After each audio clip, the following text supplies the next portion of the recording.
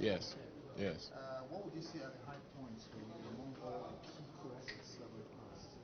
Well, for me, I think the mere fact that we're able to continue. I'm in the Constitutional Amendment Committee anyway, and so this was the next step in the process of amending our Constitution.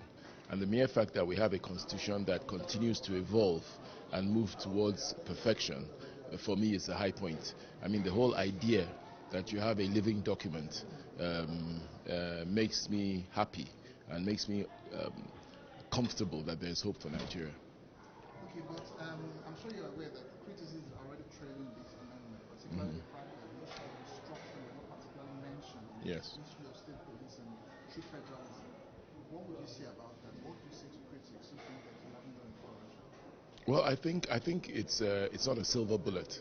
I just said that it's not a silver bullet. It's not one. It's not a one-shot deal. It's a thing that is continuous. The amendment of our constitution is continuous. Other assemblies have amended. We are amending, and others in the future will still amend. So whatever it is that we have not captured here will be captured in the future.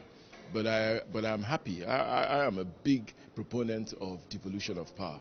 But I'm happy that a number of issues, the airports, the electricity, and so on, a number of issues were devolved and were part of the devolution of power um, um, bills that were passed. So there were a number. There were about 5 devolution of power bills in terms of devolution of, say, executive power and control and so on.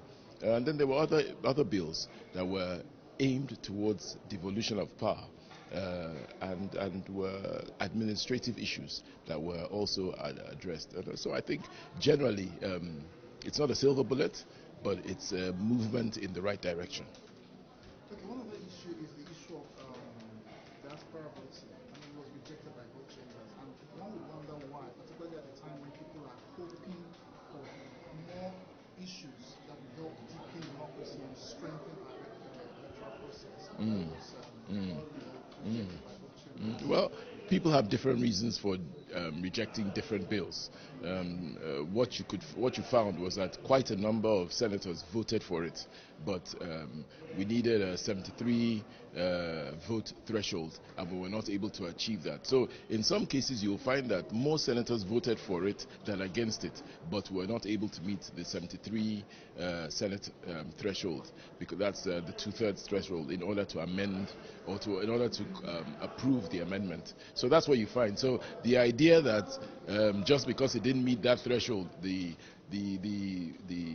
majority of senators did not vote for it may not be totally correct. But how do you now convince people that the Senate or National Assembly in general is sincere in its commitment to deepen democracy and broaden the electoral space? You've just seen it. You've just seen it. I mean, the idea that you have a living document, you have seen it, and you've seen us exercise these powers. Of course, you saw it in the electoral bill. We've just passed an electoral bill which deepens the democracy. I just had a by-election, and that by-election was conducted under that electoral bill. And so we find that moving forward, a lot of things that hitherto happened are not going to happen anymore. So I think that we're moving in the right direction. Okay, but on a personal note, what would you say were perhaps your lowest points? I mean, bills that you thought should have been passed but didn't pass. Well, for me personally, I was concerned about the bill on what was it, human rights, on fundamental freedoms and all that, about the parading of suspects and all that. I was a bit concerned because that touches on civil liberties, and I'm a big proponent of civil liberties. Also, the mayor in the mayoralty in Abuja, I felt that that should have gone through, but well, somehow we didn't quite push it through. And of course, some of the gender bills, bills that I have daughters. I have 5 daughters, so I was very a big supporter or a big proponent that some of those bills, not maybe not all, but some of them should have gone through. But as I said, this is a collective responsibility, so I'm not going to remove myself from the responsibility of the Senate as a whole. Maybe next time.